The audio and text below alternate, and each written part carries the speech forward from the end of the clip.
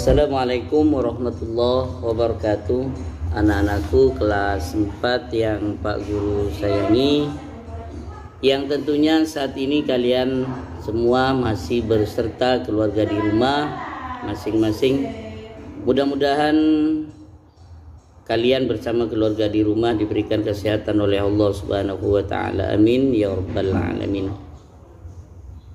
Dan mari kita mulai pembelajaran akidah akhlak kelas 4 dengan ucapan Bismillahirrahmanirrahim, dengan harapan mudah-mudahan pembelajaran pada hari ini bersama ridha Allah sehingga kalian dapat mempraktekkan materi akidah akhlak pada hari ini dalam kehidupan sehari-hari bersama keluarga, bersama teman-teman kalian, baik teman-teman kalian yang ada di madrasah ataupun teman-teman kalian yang ada di rumah kalian masing-masing.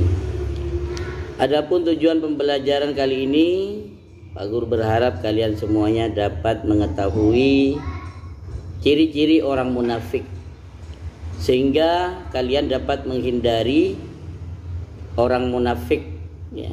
Jadi ketika kalian sudah mengetahui ciri-ciri orang munafik, Pak Guru berharap kalian harus menghindari ciri-ciri dari sifat orang munafik tersebut. Nah, anak-anakku, pada minggu yang lalu kita sudah membahas tentang apa yang dimaksud dengan munafik. Ya, seperti yang kita bahas minggu yang lalu, munafik lebih gampangnya, lebih kalian ingat, yaitu sikap seseorang ya tidak sesuai dengan apa yang diucapkan. Jadi antara ucapan dan perbuatan itu tidak sama. Itulah yang dimaksud dengan orang munafik. Jadi orang munafik itu menampakkan kebaikan, menampakkan keimanan, akan tetapi menyembunyikan kekufuran, menyembunyikan kejelekan, berpura-pura baik padahal pada hakikatnya sebenarnya orang itu jelek sifatnya, jelek hatinya. Itu yang dimaksud dengan munafik. Jadi apa yang disampaikan, apa yang diutarakan itu tidak benar. Oleh karena itu, baginda Kanjeng Nabi Muhammad sallallahu alaihi wasallam di sini menjelaskan ada beberapa ciri-ciri orang munafik. Dengan hadis beliau, ayatul munafiki salasun. Jadi tanda-tanda orang munafik itu ada 3. Yang pertama, idza haddatsa kadzaba, apabila berbicara, apabila berkata kadzaba, yaitu bohong. Ya, mengatakan merah padahal di situ bukan merah, hitam. Itu yang dimaksud dengan ciri-ciri orang munafik yang pertama. Ketika berkata, ketika berbicara bohong, tidak sesuai dengan kenyataan. Wa idza wa'ada akhlafa, dan yang kedua apabila dia berjanji ya. Apabila dia berjanji ia tidak menepati, ingkar janji.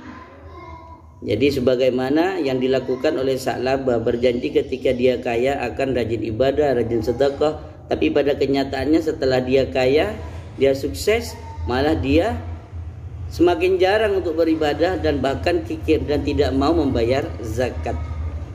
Jadi ciri-ciri orang munafik yang kedua yaitu apabila berjanji yaitu tidak menepati.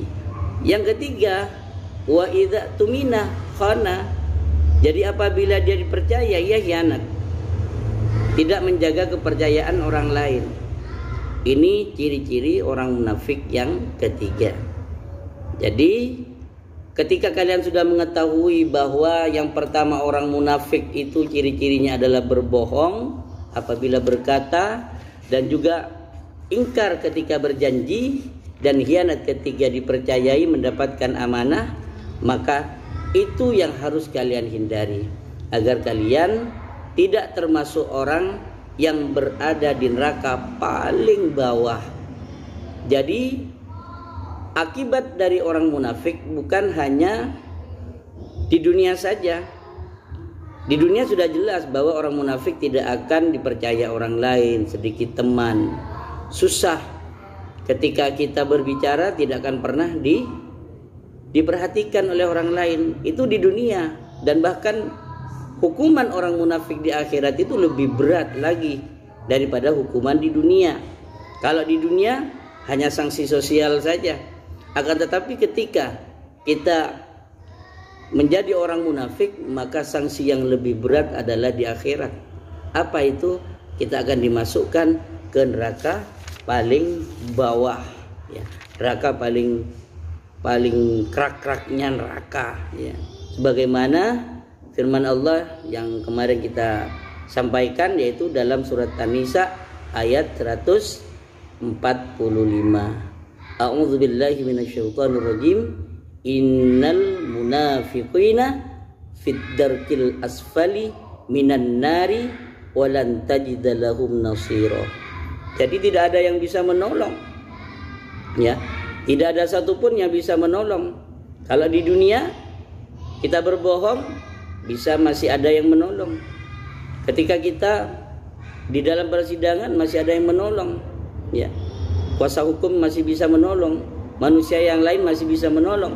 Tapi ketika di neraka nanti, orang munafik diletakkan oleh Allah di neraka paling bawah, ya, walan tajida lahum nasir, tidak ada satupun yang mampu menolongnya.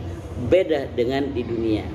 Jadi di dunia masih ada yang membela, ada yang menolong ketika kita berbuat kesalahan.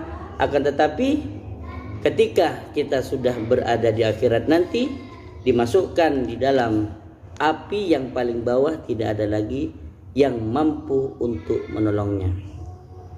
Oleh karena itu, anak-anakku yang Pak Guru sayangi, begitu banyak dampak negatif orang yang munafik, baik dampak negatif di dunia dan dampak negatif di akhirat nanti. Oleh karena itu, mari kita harus menjaga diri, jangan sampai sikap kita, perbuatan kita menunjukkan bahwa kita termasuk golongan orang-orang yang munafik. Nah, anak-anakku yang Pak Guru sayangi, oleh karena itu bagaimana? Apa yang harus kita lakukan agar kita dapat terhindar dari sifat munafik?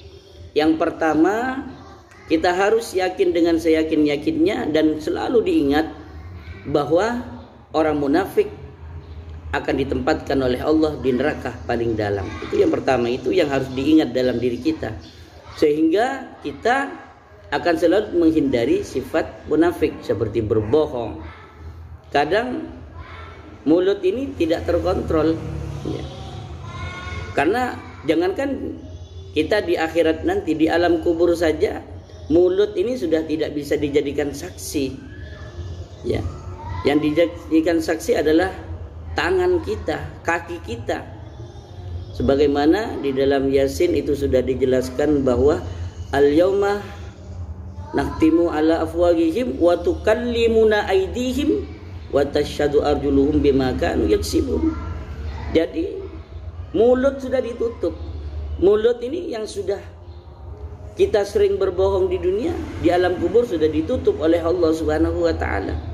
Yang berbicara, ya, tangan-tangan kita, aidihim, tangan-tangan kita, dua tangan ini yang berbicara.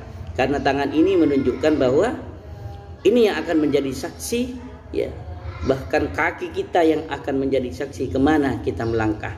Oleh karena itu, ingat bahwa karena di dunia ini, okelah kita masih bisa berbohong, bersilat lidah, akan tetapi di akhirat nanti dikubur, ya, di alam barzah pun mulut sudah tidak berfungsi lagi.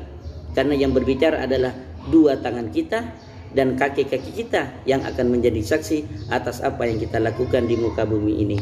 Oleh karena itu, kita sebagai orang yang beriman, maka berhati-hatilah setiap tindakan kita, perbuatan kita, bicara kita, jangan sampai apa yang kita bicarakan itu tidak benar, sehingga kita tergolong orang yang munafik. Itu ya. Kemudian apa yang harus kita lakukan setelah kita mengetahui bahwa munafik itu akan mengakibatkan dampak negatif dalam diri kita di akhirat nanti? Maka yang perlu kita ingat agar kita terhindar dari sifat munafik, maka di dunia pun itu perlu kita ingat bahwa ketika kita di dunia sering bersikap munafik, maka kita akan susah memiliki teman.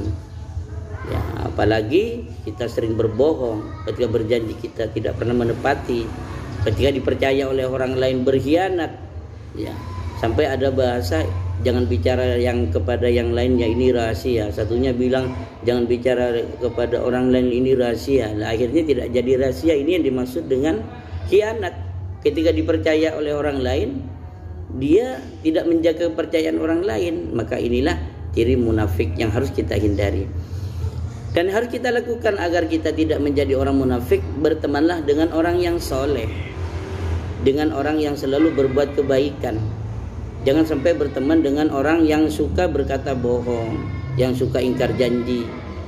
Maka kita harus berteman dengan orang soleh dan sering-seringlah ikut kegiatan pengajian, kemudian sering datang kepada gurunya untuk meminta bimbingan kepada gurunya, sehingga kita, sikap kita, bicara kita selalu mendapatkan bimbingan dari guru-guru kita. Amin ya rabbal alamin. Nah, anak-anakku yang Pak Guru sayangi, itulah ciri-ciri orang munafik, karena dampak negatif dari sikap munafik itu sangat besar. Oleh karena itu, maka kita harus pandai-pandai untuk menghindari sifat munafik.